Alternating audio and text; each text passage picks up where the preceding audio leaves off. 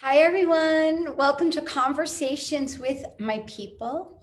I hope everyone had an amazing, love-filled, joy-filled, happy-filled Thanksgiving weekend. We've kind of haven't been together for a couple of weeks, so I, miss everyone. I was actually away. I was in Tulum, staying very safe on a reserve with a dear friend of mine who has a beautiful ranch there. And it was really just about resetting. So it was just really beautiful to actually be in a new environment, during this crazy time. And now I'm in New York. And it's interesting because my first couple of days, I went into like the old hood. So for me, New York is I connect with home. This is the energy, the vibration. New York is home for me. And going around, I was on my little city bike, going to all the neighborhoods that again make me feel connected to home. And it's like it was a real reality check because going through the city, I'm seeing so many businesses and really iconic New York City businesses that, I mean, honestly, have been around like since my youth. And you just think like they're going to be there forever. It's just like part of New York City. Like you just think there can't be this without New York, and you're just seeing them gone. So it was a real reality check for me of just, God, wow, so much change going on, so much just having to accept, like, okay. And then asking the question of, like, okay, how are we really going to pivot out of this? Like, how are we going to find our way? So that's why I'm really excited about our guest today, because this woman has reinvented herself numerous times. She's hit rock bottom and still came out actually on top. So I'm excited for her to be here and share all her layers. And this woman has many layers to her, which those of you in our community know I love layers. I mean, it's all about layers because it adds texture and richness and education, and it just adds so much to who we are. So I met this woman, Natalie Jill, about a little over a month ago. I was invited to a unicorn weekend with some of the most successful social entrepreneur women probably in the world, honest. Like I walked in there and I was just like, dang, unbelievable what these women are doing. I mean, I was so touched and so inspired by who they were and how they showed up. And a couple of people just really shine more, because those of you that know me know, like, I'm all about the soul. So even though I love the head thing and I love when people are smart and in your head and stuff, but what really gets me inspired and moved is when I just feel your essence, I feel your soul. There's just that extra little magic of ingredients that you don't really know what that is. Well, this woman had that. She's got that extra little magic. When you talk to her and you look in her eyes and you're next to her, you just feel it. And so that's why I was like, I want to have you come on to our conversations and talk to our people, because I'm so inspired by what you do. She's an author. She started in corporate America. And those of you out there know that I love corporate America on so many levels, because I think it's a great training ground for a lot of people. And this woman has proven that. And then she it was all about fitness, and she's going to tell us why she started with fitness. And then she added a nutrition component, and then she got well versed and trained and educated on anti-aging. And then she's just built this huge platform. I mean, even Forbes magazine calls her one of the most influential people in the fitness world in the world. She's built over 2.5 followers. She has so many amazing products and programs that she brings out to the world. I mean, she really helps women deeply connect to their inner self, to really be able to see what is really stopping you from being the best version of yourself. And now she has a new program that she's launching in January, which I'm going to try to get some of my team members into this program. It's how to actually build your online brand. So let's welcome Natalie Jill. Thank Hi, you so Natalie. much. Hi, what? That's quite an intro. I need to like carry you around with me everywhere to do an intro for me. I'm like, it would just amplify my whole world. I've never had an intro like that. Thank you. Well, as you can see, I don't have it written out. I really do Thank just you. speak from the heart, and that is really the truth. Everything I said is true. So before we start, because we have this ritual that we do with our community where we take deep breaths to just sort of let go of whatever is possibly creating some distraction or friction in our lives. And so we're going to just do 3 big, deep healing breaths. Okay. I love it. That's right. Okay. Yeah. Go. All right, everyone, sit up straight, get your back straight, your feet. Just really put yourself in a big pink bubble of love and joy, and just take a big deep breath in the count of 4.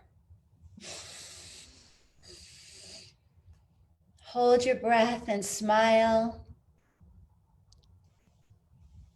Exhale, ha. Inhale, love, joy, abundance, expansion, creativity. Hold your breath and visualize whatever you want to bring forth in your life. Feel it, visceralize it. Exhale, ha. One more deep breath, connecting you to you. Hold your breath. Exhale, ha. Okay, so let's get started. So like I said, you have so many layers to you. So take us a little bit like how you got to be you, and look at those. You're on the cover of different magazines, and how did you get there? Take us on your journey. Gosh, I love that question, but I want anyone listening to know that I'm no different than any of you. I'm just somebody who shares what I'm going through and what I learn. I believe that we're all here for a purpose. And as I navigate through this thing called life that we're all navigating through, as I'm learning things and experiencing things and having my own setbacks and hardships and figuring out how to resolve from that, I teach it, I share it back to the world. And that's just something I've always enjoyed doing. I think one of the greatest ways to advance is to teach what we learn and help others. And when we do that, we expand and we learn and we pass on what we've been through. So that's who I've always been. So who I am today is not who I always was. If I take you back to a little over a decade ago, I was what a lot of women can resonate with. I was going through a really tough time in my life, a really tough time. This was back, if I take you back to like 2008, that's right. That was like before we knew COVID world and what's happening now. That was the last time we had massive setback and, a common ground of setback throughout our lives, especially in the United States. And during that time, what was happening for me is I had just had a baby. So I was a new mom. And it's also the time when the stock market had crashed, the housing market had crashed, our whole economy was changing. Now, there was nothing unusual about that for me, but what happened for me was for the first time in my life, I was on the struggle bus. I was very fortunate my whole life. I had not hit the struggle bus. In fact, I was very self-righteous about it all before that. I used to think like, how do people have debt? How do people lose their way? I didn't understand all that. But for the first time in my life, things were happening to me. And I now know that they all happened for me, but they were happening to me is how I felt at the time. I had gained a lot of weight when I was pregnant. Now, a lot of people would say that gaining 50 pounds or 60 pounds more than I am today is not a lot of weight. Well, when you're 5'2" and your baby weighs 6 pounds, that was a lot of weight. And it was not just from hormones. It was, I want to be very clear, I was eating McDonald's every single day. I was depressed. I was sad. I was eating McDonald's every single day. So that's why I gained all that weight. It was not healthy. There was nothing healthy about that. I had my daughter. My marriage was a mess. We were going through a divorce, and I was going to be a new single mom. And what was scary for me about that was I had never planned for that. And my job, which I had a stable job, required me to travel full time. So knowing I could not travel full time, like, and have a daughter, like I had to face, what am I going to do? So I took a voluntary job demotion. I was deeply in trouble with my house. I had been responsible. I had put the 20% down on my house, paid my mortgage, but the housing market, if you remember what happened, that it really expanded and then it had crashed. So I owed more on my house than it was worth. So I couple like hormones, new mom, stress, financial problems, like the whole thing was like a big tunnel of worry. Now, what made that worse is I felt super fake because I didn't tell anyone what I was going through. I had put on this facade that my life was perfect, you know, and a lot of women can relate to that. Like we try to keep it together, like be tough, don't share emotions, don't complain, don't share what's wrong. So I didn't share what was wrong. And that isolated me even more because I felt like I was in fear alone and depressed and what's wrong with me. And I didn't understand then what I know now about the chemically, what was happening, just all of it. So I was a mess. And there was 4 months where I was I know now I was severely depressed. I was severely depressed. And the only thing that kept me going every single day was that I had a daughter. And like, I wanted that, my daughter so bad. And I loved her and I wasn't going to do anything stupid because of her. So I made some really hard decisions in my life. And it started with a vision. And I share this no matter who I coach now, whether it's through my fat loss programs or it's personal branding clients or personal development clients, I start with the same thing with people. And it's the question of what do you want? Because so many, especially women, we say, I just want to be happy. I just want to be happy. I don't want this. I just want to be happy. But they don't actually verbalize what it is that they want. So I, having the strong corporate background I had, knew that what I used to do with clients and sales reps and everyone was get them clear on their vision. So I had that knowing, which I'm so glad I did, because my turning point was when I got super clear on my vision, on what it is that I actually wanted. And that's sort of where the transition started. I love that. And, you know, I always tell young people that get sales experience, and not even because you know how to get a cash register ringing, but there's so many steps to that.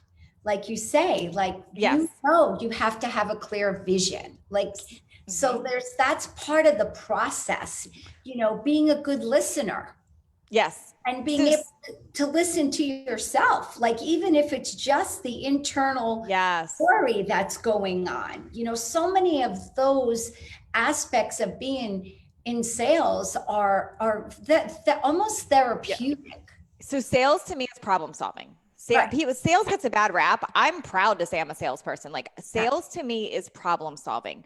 A good salesperson knows how to go deep on questions, figure out a common problem and solve it with unique solutions. That's what a salesperson does. So my innate ability, my unique ability was sales. I had that. I did that my whole life in corporate. That's where I was strong.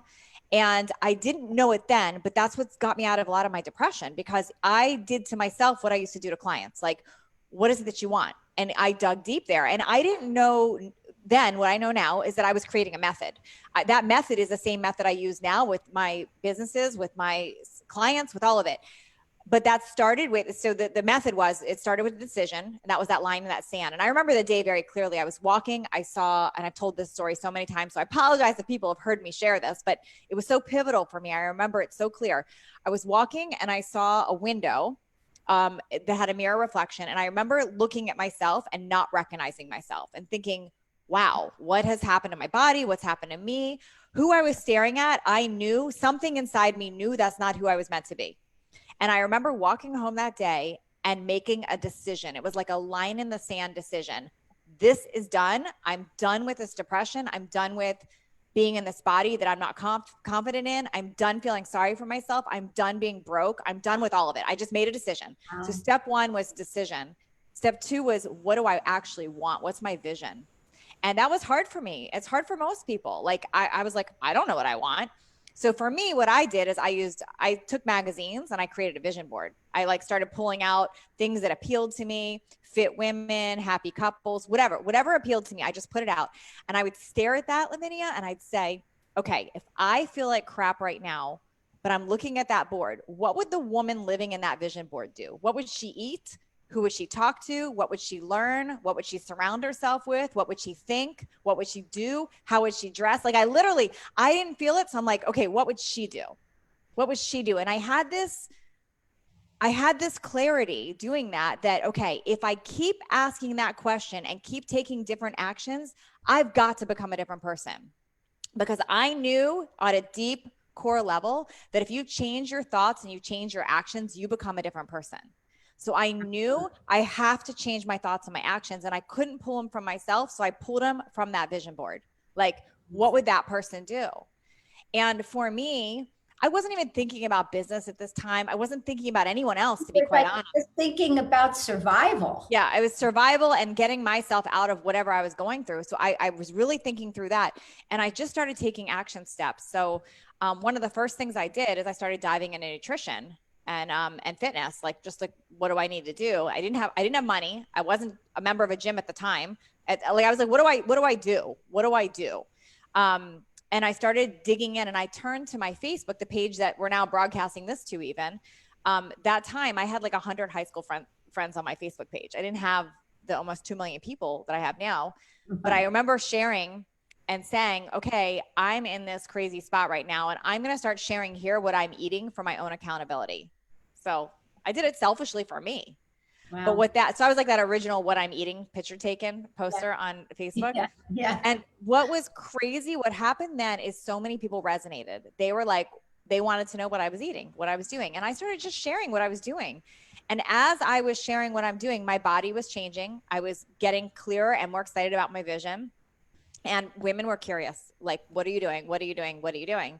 So the very first product I ever created was a PDF, which was my original 7-day jumpstart, which is so funny that I'm saying that because right now today, my 7-day jumpstart's not only a bestseller in stores, but like I literally just released a 4th edition on a membership site this last week at 7dayjumpstart.com. So this is my method that I created like over a decade ago. It has evolved so many times and it's helped over 150,000 women now just from my digital version. There's a whole bunch of other books that have been sold on it.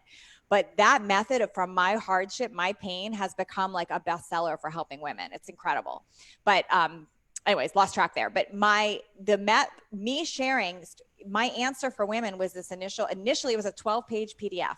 12 pages. Amazing. But it worked. Women were having transformation and they would message me and they'd say, I'm talking like I'd sell like 10, 15 a day. Okay. And women would message me and say, oh my gosh, Natalie, I lost 5 pounds. I lost 7 pounds. I had massive fat loss, except like I feel better. I have confidence, all these great things. And I would say, not even thinking sales, I was like, can I share that? It's so motivating for others. I want other women to experience this. And they would say, sure. So I'd screenshot it and I'd say, oh my gosh, y'all, look, Lavinia just sent me this. And they'd see in your own words what happened. And I would say, who is next? Who is next? And it took off like wildfire. It just kept spreading. People wanted more. They wanted to know, I'm next. I want to do this. That's how my initial business was started. Well, I love that because I always say when I speak and I mentor, I always say like, your lane finds you. Like, I really believe that because when you're being authentic to who you are, which you were, yes, and you were bringing through you a need that you personally need, and then you had courage. I mean, you yes. went out. It takes courage to put that on and start sharing with people your accountability. Yes. And before you know it, it's like it was meant for you. Yeah, it was. And what's interesting, I've learned so much about being an entrepreneur in the last 12 years, call it. Okay. So much I've learned. But I want to say that nothing has ever worked for me business-wise when I led with finances, with like, I'm going to get rich making money here. Never worked. All complete failure. But anytime I've ever led with, I'm just going to help people with what I learned here, it takes off. It's like, it's night and day. In fact, I have to stop myself now because I am an entrepreneur with lots of ideas. I have to not chase money because it does not work for me. It doesn't work. But if I instead really lead with how can I help women with what I just learned or what I figured out, it works. It works in business. It works with my branding stuff. It works with my with helping people with nutrition, fat loss, all of it. I just lead with that, and that's what works. Now, yes, I have to make money too. I have bills to pay. I have goals, all of that. But I never chase something just for money anymore. I just don't. It doesn't work. Well, that is speaking to my heart because I feel like my whole trajectory in business was the same way. It's funny, I'm here in New York to work on a project, and there was an assignment that was given to me yesterday to write some stuff. And when I started sitting down to literally write all the brands that we created inside of Equinox, and we had, I don't know, probably 10 different brands, 15 different brands. And it brought me back to each one of those was when I was going through a struggle in myself. Yes. Yeah. And it's a Or the commonality. business was going. And it was, like you said, we were trying to, like, for instance, at one point, we created the Equinox Fitness Training Institute. But that really came because we had put ads out for fitness trainers. And then when they would come, nobody had any experience. They were just kind of guys that played sports in high school and college and wanted to train because, and they were heavy bicep guys and didn't really know what they were doing.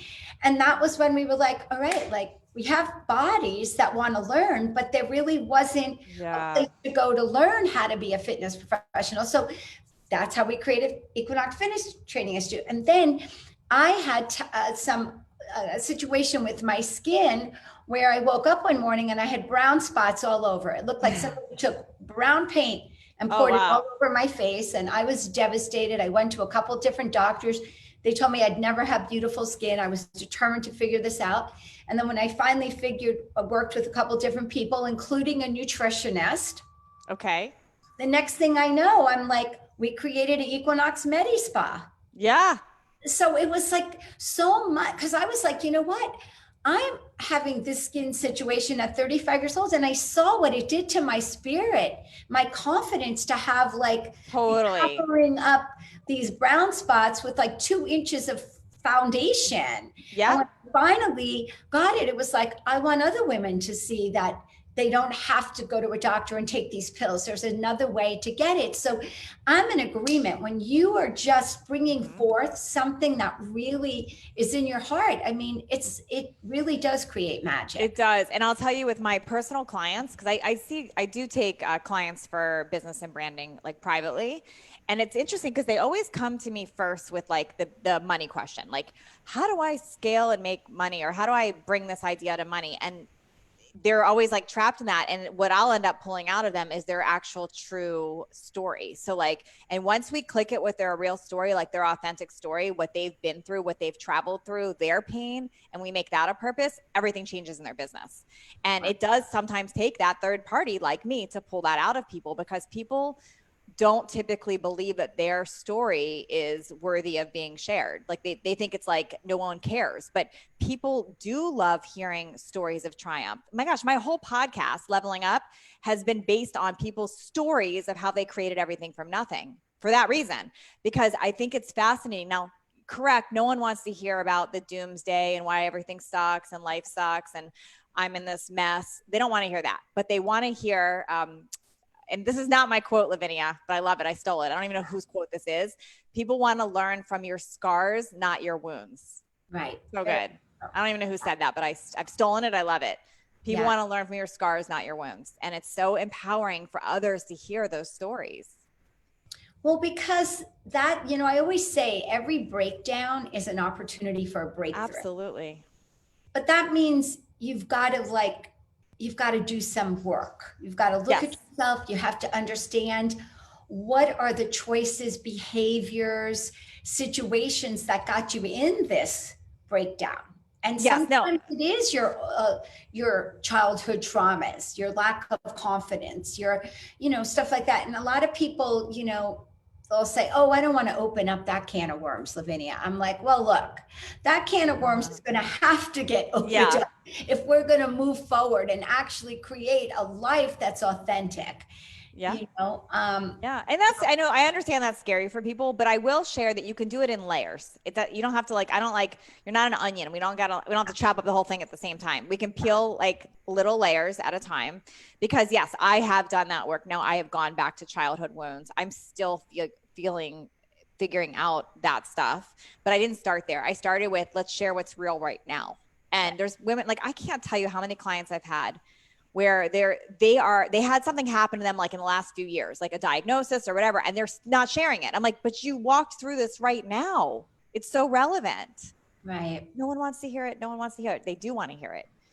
So if that's scary for you to think, I don't want to open up childhood wounds, you don't have to like dive fully in, but let's start sharing what's real right now because there's too much fakeness going on. Like I was, especially in the business and marketing world, like so many people that write these ads or posts like how to make $1 million in a weekend. Well, they're not telling you they spent $999,000 on Facebook ads to make that $1 million in a weekend. Like there's so much fluff, but people want to actually hear your story of what you overcame and learned. That is not fluff. That's real. It's interesting because when people want to hear, like, it's so often they'll be like, oh, Lavinia, I want to hear the Equinox story.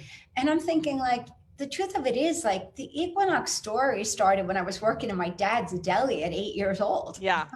Because that was what gave me so much richness and understanding of how you connect with people and how you connect with a customer and little, you know, just ways of really connection. Totally. So much of it happens before then, and being able to see things and understand the exchange of kindness and the exchange of, like, you know, my dad wasn't walking around saying, I'm a customer service person. My dad, just when you walked in a store, he'd be like, hey, Joe, how are you today? Yeah. How are your kids? How is this? Like, it was about being related, being, you know, like caring. And the truth of it is like Joe would never go anywhere else to get his lunch because when he walked to my dad's store, it felt comfortable and he felt cared for. So true. You know? And so that's, you know, where you start learning stuff where you don't learn that in business school. It's true. You don't. And I don't know. And but all that boils down to authenticity. It all boils to, and I know it's like this buzzword to be authentic, but like authentic is actually truly sharing, like being real. It doesn't mean faking something. Like it doesn't mean you have to go on camera without makeup and do all these like just to appear authentic. It just means telling the truth of what you're walking through. Right. Yeah. And I mean, it's being vulnerable. Yes. So just being a little vulnerable. I mean, not that everybody should walk around like train wrecks and be breaking apart and, you know, because it is, I mean, that's why I love working out and I love meditation and having these, you know, modalities that can help you spew out some of that energy so that you're not constantly emotionally consumed with everything. Totally. So what I want to do is, because when I heard your story at Unicorn, I was like, oh my gosh, I'm like so inspired. And I know because of this time where, like, let's face it, at some point, like 50 million people lost their jobs, right? Like, and now people are reinventing themselves and figuring out and what's next. And, you know, everybody keeps saying like, whatever it is, it's got to be in technology because technology is the future and technology is the future. And I think you're like the expert in this area. Really. I wouldn't say I'm the expert in this area, but I will share that social media to me is very similar to real life if you use it that way. So the way that people do social media wrong to me is they think it's something different than real life. And that doesn't work. That comes off as very marketing-ish. It comes off, if you treat social media like you would a party, like you're just connecting with people, seeing who resonates, and then you're helping solve problems for them. That's real life. That's what, like when you go to a party, if you walk into a party and there's 50 people there pre-COVID, because we are not going to parties right now, a lot of people, but you walk into a party, there's 50 people there. You do not leave with all 50 people being your bestie with phone numbers changed and they all want to hang out with you. That's not what happens. You might leave with 1, 2, maybe 3 new friends and contacts, and maybe somebody else that you took a picture with that you're sharing that, but there's like 3 or 4 people maybe you really connect with. Maybe you deepen relationship with a few more. Social media is the same thing. So when people go on social media and they're expecting to post out to 200 people their whatever message for the day, and they're expecting all 200 people to love them and like them and buy from them, that's fake. That doesn't work that way. You've got to treat social media like real world. What I love about it is it lets you segment and get to real world quicker. Like you're able to find groups and navigate and say what you stand for and attract more people that you want into your world. So I love social media for that. Right. So you started out, I believe. So first you did that. Did you call it the 7-day jumpstart? So my first program was a recipe PDF for $12. Okay. Then that turned into 7-day jumpstart. I've now had 4 editions of 7-day jumpstart. The version 1 was like a 12-page PDF. And then we had like a 45-page PDF. Then I had a book in stores, and the book in stores is still fantastic. It's mostly a recipe book though in stores. It's a bestseller called 7-Day Jumpstart, Unprocess Your Diet. But my new edition of 7-Day Jumpstart, which is 7dayjumpstart.com, is like everything I've learned over the last decade from that method. Like I took that method and amplified it, and that became 7-Day Jumpstart. And just so you have an idea, Lavinia, it cost me so much more money to recreate something than I sell it for. Like I sell that whole thing for $37, just to give you an idea. Like I'm not charging thousands of dollars for this. I charge $37 for it because I want everybody to have access to it and come into my world. If you have access to it and you come into my world and you have results, which you will, and you love it, then we can talk about doing more. And I have other things, but that's where I start people. And I also, like on a business standpoint with people, I suggest that also to people. Like I think so many people they hear you can make money online. They're jumping in with these crazy high price ticket items. They haven't even proven themselves or helped anyone yet. Right. So like come in with something where you're actually giving. I did so much for free before I ever charged for anything. And I will always have those low price options because I want to help as many people as possible.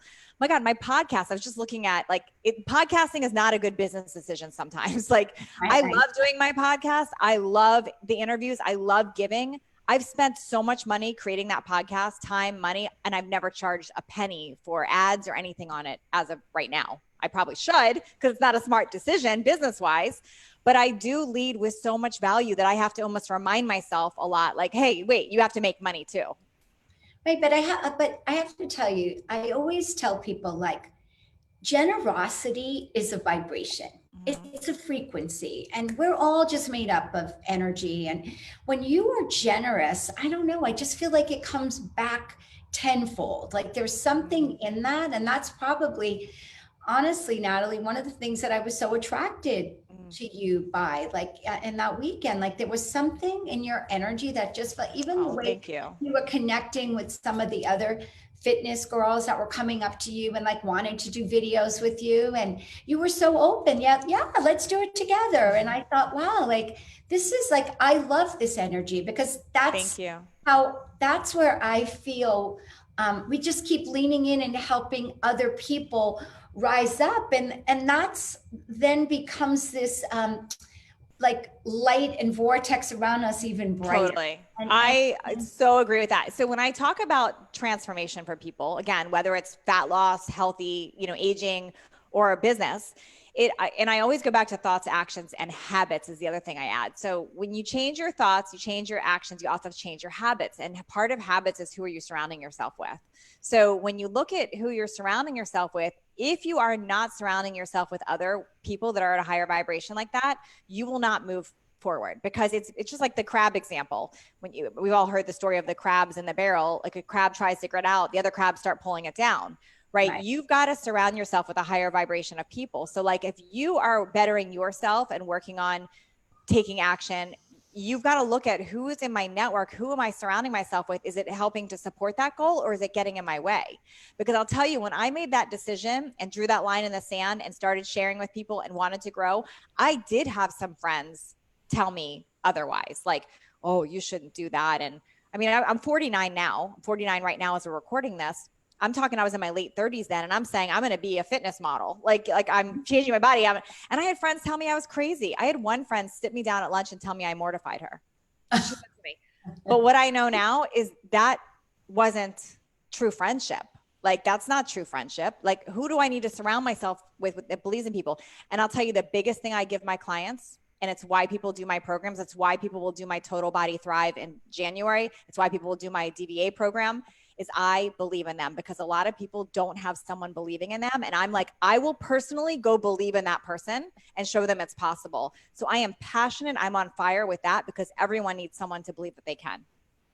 I love that. I mean, that is so important, because when you have people who are championing for you and who are also putting themselves out to say, like, we're in this together, you know, like, yeah, well, we are all connected. We're all connected. For sure.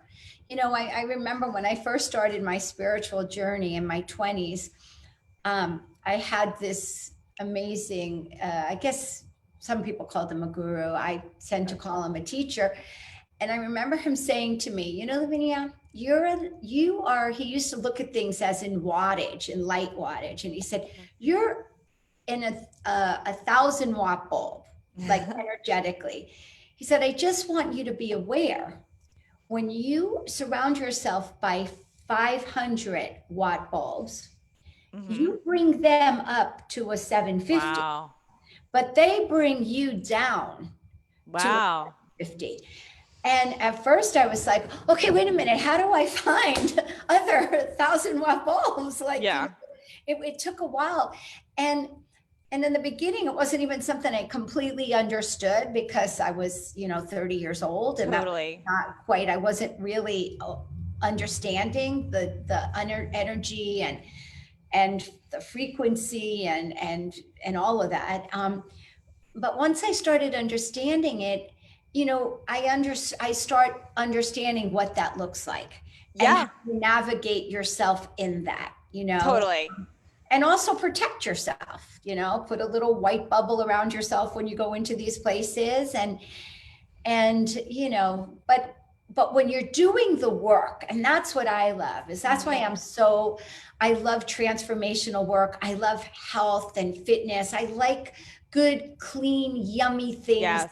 Make people's lives better. Those are the things that I like to invest in, because I do think that there's an energy in that. And then when you do things with people like that, then we're all having the same vibration. So I love, what you're doing, because it is raising people's vibration. And the thing about it is, like, then when somebody comes home, when they're working and they're, I always think about, like, God, when people go to work and they're in like a really horrific, energy at work where, it's not really inspiring and motivating, and people are maybe competitive with each other and throwing people under the bus, like I always feel like, wow, but because then that person now is going to their family.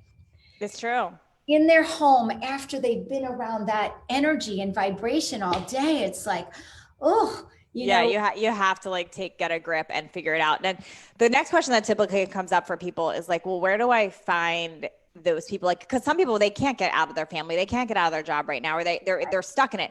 Well, the first step is that just this awareness, like being aware that that's what's happening. And then the thing that's so amazing, especially in the world of technology and social media, is people don't have to be in person real to you. Like, you could learn from authors, you could learn from podcasters.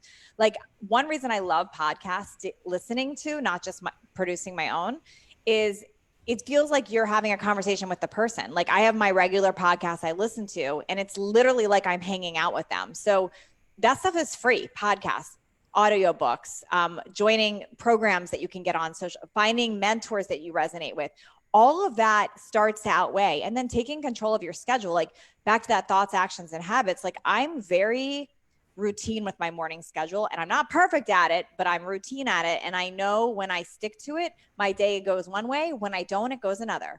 Meaning, if I wake up in the morning and I grab my cell phone and I start scrolling social media and comments or news or whatever, my day goes a very different direction than if, like, this morning I woke up, I laid on my infrared mat, I did my my morning gratitude, I read affirmations, I journaled some, I read from a book that I was learning, and then I went downstairs, ate my breakfast, and then I looked at what do I need to accomplish today before I even opened an email. So like when you start in control there, you're now controlling what you're taking in your actions. And before you say to me like, but I can't, my time, this, you can, it's a decision. And then you got to look at the gaps. Where can I start outweighing some of this negativity with some of these great things? I think that is great advice. I know for myself, like the things that I think like I can't or I don't want to do, I just get those done in the morning. Like if I like after my meditation, my practice, my workout, then it's like, okay, like I always know that my 10 o'clock hour, like 10 to 11 is really the stuff that I just loathe doing. Because if I get that done, and still like, I still have energy and I still like, I'm not getting exhausted from whatever, then it's like, I get it done and I feel it's like a sense of accomplishment, you know? Yeah, I love that. Like writing, I don't love writing. So today, after I did my morning practice and everything, I was like, all right, I'm going to sit here and I'm going to write these 2 stories and get them done. And, you know, started afterwards, I was like, wow, that was pretty good. Like I actually got excited, you know? I think it's great. Yeah. That stuff it's so awesome to take. And so everyone's different. Like sometimes people say, well, what exactly do you do? I should do that. Everyone's different. Just like you said, like my 10 o'clock hour, a lot of times is my workout. So it's just whatever works for you. Like I'll start working early and then go take a break and work out. And then I have like, I work with my energy. Right. And where I'm creating best. Because I do think that, you know, when you build discipline and you learn how to be disciplined and you learn how to, I mean, I feel like one of my strong suits is that I do have an impeccable amount of discipline, but I kind of grew up with it. Being a dancer, you know, you just kind of had a discipline with food and you had a discipline with practice and you had a discipline. There was just this discipline that was built. And, you know, I think when you have that, the infrastructure is strong. Totally. You really look at very successful people and you go down and look at their behavioral patterns, they've created pretty amazing behavioral patterns to absolutely. You know, I mean, I remember telling my son when he was in college, he played football at UCLA, and I think it was his senior year. He decided he had 2 concussions, and he called me and said, Mom, I'm completing with football. And I was like, yes, I was excited because, you know, he was getting out of there basically with all together in one piece, right? But then I noticed the first time he chose his classes, because before that he had to be on the field, you know, for football at 6:45 or 5:30. And then all of a sudden he doesn't have football and he picks his first class at 11 o'clock in the morning. And so I said to him, you know, see, you can do that for 1 trimester. I said, after that, you need to have a 7 o'clock commitment. And he looks at me, he goes, 7 o'clock, Mom? Like I've been getting up at 5 o'clock all through my college. Like most of my friends have been getting, I said, Z, I don't know one CEO who starts their day at 11 o'clock. I said, so, you know, for me, I believe college very often creates some negative behavioral patterns that aren't always easy to break. So I would really urge you, and I probably more than urged, because I think I probably demanded as a controlling mom at times. And you know what? Because of that, first of all, they got an amazing 7 o'clock in the morning internship that turned out into a job where he met like the most amazing guy in that internship, who's been his mentor ever since. Because I think that guy was awesome. Like that guy was impressed that you're still a college student and you're taking an internship at 7 o'clock in the morning. Like when you do things like that, like all of a sudden it's like people really notice. Wow. Like I doubt he ever told them, well, my mother made me do that. That's funny. It's so true. That you know, like, that really became a big part of who he was. So we know, I mean, you've been so greatly successful in what you do. So share with us, like, what would you say the 5 most important things through this 20-year trajectory of, you know, life and success and ups and downs and failures? And, you know, obviously we are dealing with this pandemic. So a lot of people are really at the bottom of the snake pit. I get it. Yeah. I So totally what are get the it. 5 things that you would say to someone that Oh, to start hedging forward? okay. What Gosh, I have so many things. Let me try to narrow it down to 5. So the first thing I'm going to say is that failure is inevitable. Like you're going to have failures, but it's how we decide to what we make of that. So I always say to my clients that failure is not an option, meaning you can make your decision about what failure means to you. So to me, all of my setbacks have also turned into my biggest successes. So failures to me, I've just redefined it. So I don't look at failure the way most people look at failure. Like I make decisions based on where something's going. I pivot, I change, I have hard conversations, I make hard decisions with myself. But failure to me is a teaching platform now. It's a teaching. So failure is not an option. Because the true definition of failure means it's done, it's gone, it's out. And I don't let that be an option. I'm going to take every experience and make a result from that. So no matter what, number one thing is wherever you're feeling right now, you're not a failure. It's how are you going to define that and what lessons are you going to take from that? That's the first thing. The second thing is there is always, always, always different perspective. So when you look at I'm going to just bring up what's going on in our world right now because everyone's very heated right now. There's a lot of controversies going on about masks, about social distancing, about politics, there's so many things going on that are dividing people right now, but there's always perspective shift. So for example, I'll give you a real life example with me, and this is what works in my business too. And this is what works in my fat loss, all of it. I live in California. People are leaving California like crazy right now. Some of my best friends have left California. They're so bitter about what's going on in California. I was getting wrapped up in it too. I was bitter about it. And it was taking me off course. I was like stressed. I was anxious. I wasn't focusing. I was just caught up in what I didn't like about California. But I switched my perspective on what do I love about California? And I started focusing on that. What do I love about California? I'd ask myself that constantly. What do I love? I love the view. I love that it's 75 degrees out today. I love that I can walk my dog and be outside every day. I love that I'm near the ocean. I love that I can see mountains. I love that it's green all the time. And as I'm saying this, I'm like, and feeling it, I'm changing my whole perspective and I love California. And no stress, no anxiety, no whatever. So it's all your perspective. So if I'm talking to you right now and no matter what your circumstance is, you're sad, you're overweight, you're lost your confidence, you lost your job, what is the perspective shift that you can make? Because you do control that. You cannot control circumstances. You can't control what's happening around you, but you can absolutely control your decision, your perspective on it. So the number 2 thing would be perspective. What is your perspective about things? Because I've done that in business over and over and over again. What is my perspective on this and how can I have a different one? Okay. Number 3 is I'm always looking for solutions. Always looking for my slogan for years is excuses or solutions, you decide. That has served me so well because if you stay stuck in the problem, you'll stay stuck in the problem. But if you start looking for solutions, you can pivot, you can change, you can get help. So always looking for that. Let's see. The 4th thing I'm going to say is be real. Share what's real for you. Tell the truth. When in doubt, tell the truth and tell it from a place of power because other people will resonate and connect, want to help you, want to follow you, want to grow with you. So tell the truth. I don't know why I feel like I want to ask you this for the people watching. Like, give us an example of what telling the truth looks like. Because I think sometimes people don't know. I'll give an example. I'll give a very real example. So my business was booming a few years ago, like really booming. And in that booming of my business, my ego stepped in and was like, oh, I need more people to help me. I need bigger. I need more. So I hired like a crazy amount of people. I started thinking I need better marketing people, better copywriters, all these things.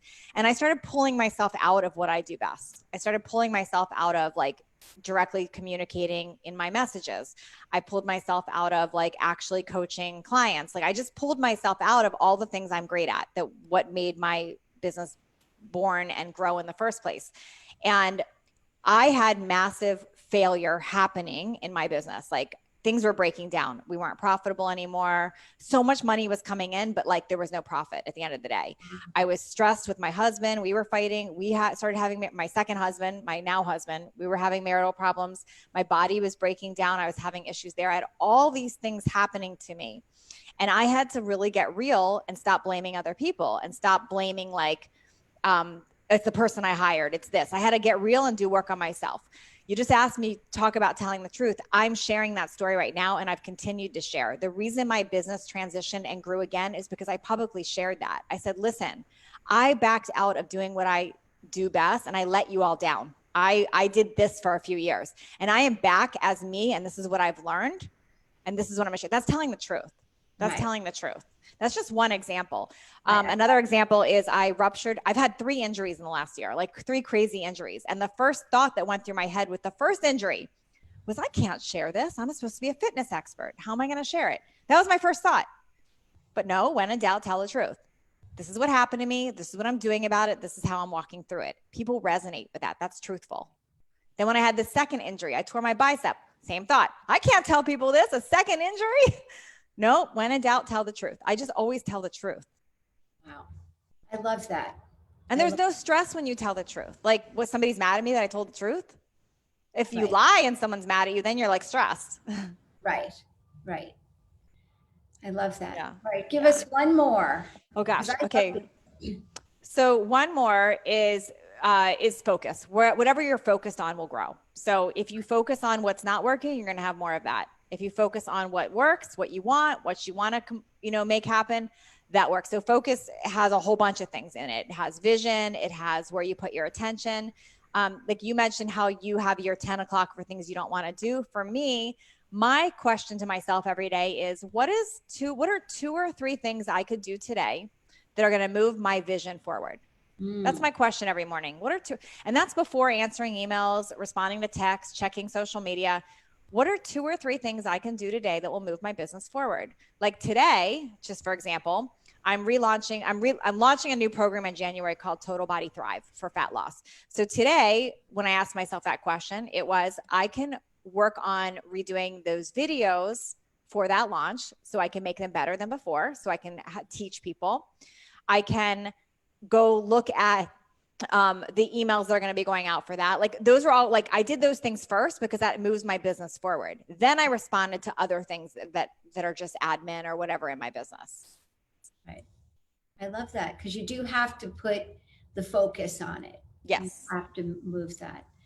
So this has been so inspiring. I know we're going to put a couple things, couple of stuff on the laviniaerico.com so we can share with people. Amazing. What I'd love to do is put some of the programs that you are going to be doing. That's amazing. Thank you.